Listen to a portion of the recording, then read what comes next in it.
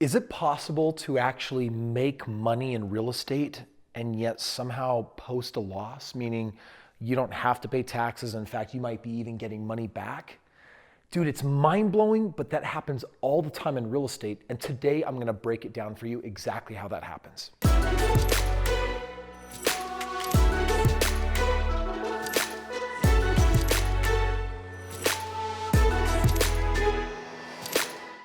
Man, I was so poor when I started jumping into real estate that I got nervous all of a sudden, because once I started doing it, I was so happy that I was making more money, but I was scared. Was I gonna have to pay more taxes? Like I just thought it would be horrible if I got to the end of the tax year, whereas the year before I got a credit, and I'm like, dude, what if I owed several $1,000s? Like, that'd be kind of scary.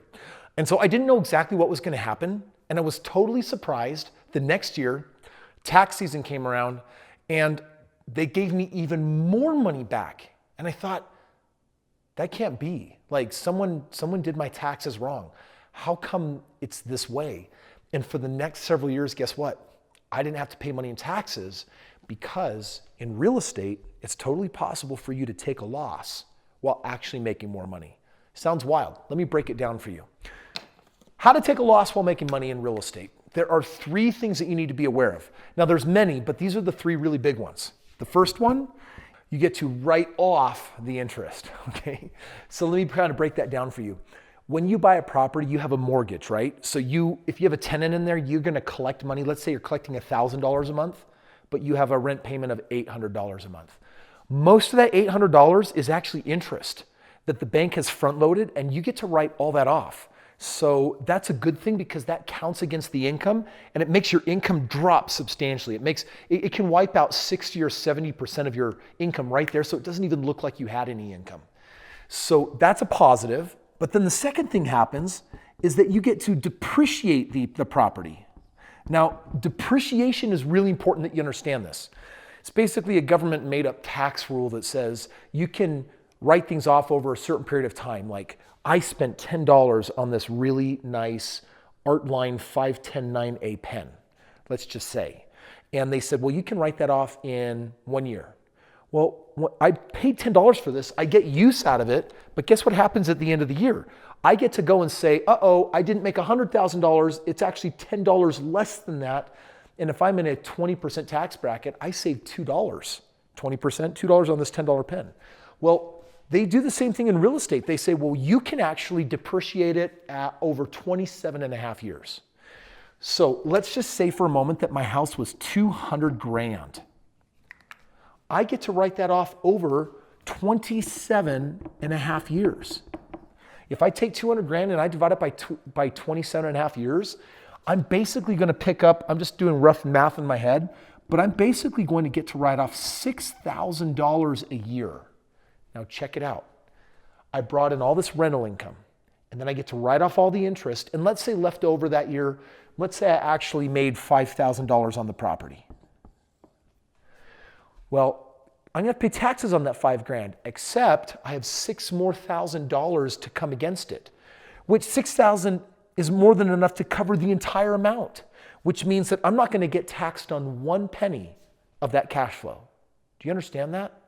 Now it goes one step further. The third benefit is now you're a business owner. And you've got to do some things to manage your business. You might have to drive out to the property, which means you can now write off some of the gas or the miles or your car. Or you might be able to write off the cell phone that you use to make some phone calls for business. Or you now get to write off a part of your house that you do business in, right? So you got to talk to your tax person and figure out all the different myriad of tax benefits. But you might pick up $10,000 more of benefits that you get to write off. And all of a sudden it's like, wow, I've got 10 properties. I am making $50,000, $5,000 on each one. I'm making $50,000 a year, and I don't pay taxes on any of it. That $50,000, not only that, there might even be a tax credit. There might be leftover that you can carry forward on years to come. You got to talk to your tax people about that. But what I want to share with you, because I'm not a tax accountant, I have to say that. I'm not here to offer tax advice. I'm not an accountant. I'm not a financial licensed individual, period.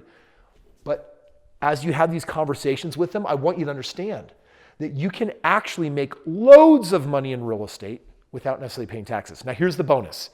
How would you like to know how to make the most amount of money in real estate and still not pay taxes?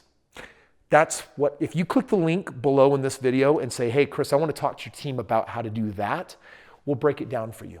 I have a special system in real estate. If you're brand new, I start everyone off. I've got several programs, but I start off with my program called Lease Option. It's my 5K club. It's all about make $5,000 out the gate when you buy the property, make $500 a month on it, and then when you sell it a few years later, make tens of thousands of dollars. And how do you not pay taxes on as much of that as possible? That's what that program's all about. So tax benefits are really cool. I just want to give you one other bonus nugget that I think is really important. Some people allow their core decisions in life to be made by tax benefits. Don't do that. It's very important to make sure you never step over $1 to pick up a nickel, which basically means a tax benefit is a benefit, but it might not be the whole enchilada. Okay, it's one too many metaphors at this point.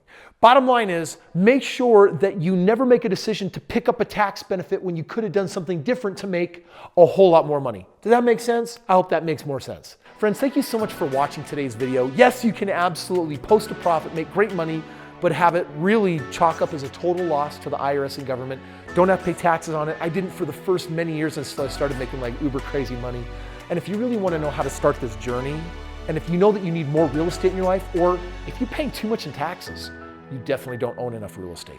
So click the link in the description below, get with a member of my team and say, hey, how do I join Kris's Real Estate Club? I want to get access to the very best deals. I want to do deals that don't even necessarily take any money, and I want to do it with maximum tax benefit. Click the link and find out.